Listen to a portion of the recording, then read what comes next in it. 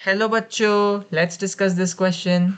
When a lysosome fuses with a phagosome, it results in the formation of A. secondary lysosome, B. primary lysosome, C. autophagic vacuole या D. residual body.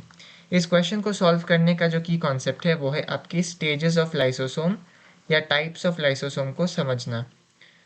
तो इस question में सबसे पहले हम stages of lysosome को जान लेते हैं। तो सबसे पहले आपको ऐसा एक प्राइमरी लाइसोसोम दिखेगा और इस प्राइमरी लाइसोसोम में इनएक्टिव एंजाइम्स होती है।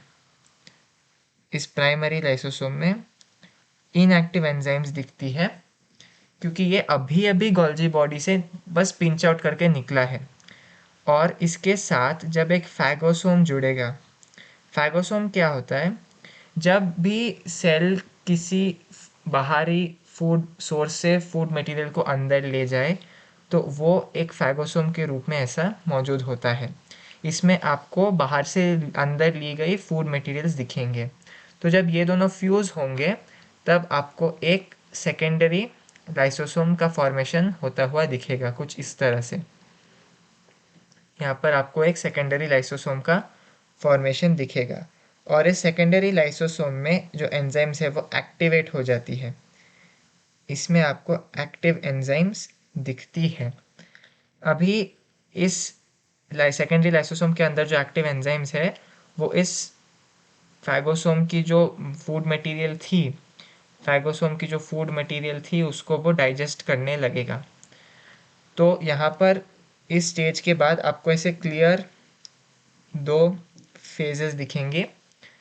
एक तो जो डाइजेस्टेड फूड है, ये जो डाइजेस्टेड फूड है उसको साइटोप्लाज्म में ट्रांसपोर्ट किया जाएगा, उसको साइटोप्लाज्म में छोड़ दिया जाएगा। और जो अनडाइजेस्टेड फूड है, जो अनडाइजेस्टेड फूड है वो आपको एक रेसिडुअल बॉडी के फॉर्म में दिखेगा। और ये रेसिडुअल बॉडी जो है वो धीरे धीरे सेल मेम्ब्रेन की ओर चलता जाएगा ताकि वो सेल से बाहर हो सके। यहाँ पर एक और इम्पॉर्टेंट फेज आता है लाइसोसोम में, उसको हम कहते हैं ऑटोफैजिक वैक्यूल। उसको हम कहते हैं ऑटोफैजिक, उसको हम कहते हैं ऑटोफैजिक वैक्यूल।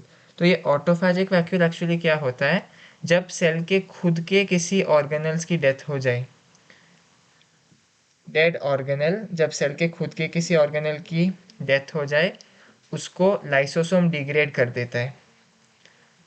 तो इससे आपका डिग्रेडेशन हो जाता है ऑर्गेनल के मटेरियल का और इससे डेब्री जो है वो क्लियर हो जाती है सेल की। तो इसी को हम ऑटोफैजिक वैक्यूल कहते हैं।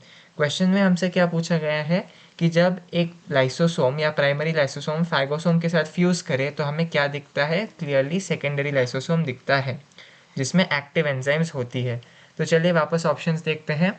ए सेकेंडरी लाइसोसोम बिल्कुल सही, बी प्राइमरी लाइसोसोम गलत, सी ऑटोफैजिक वैक्यूल गलत, डी रेसिडुअल बॉडी भी गलत।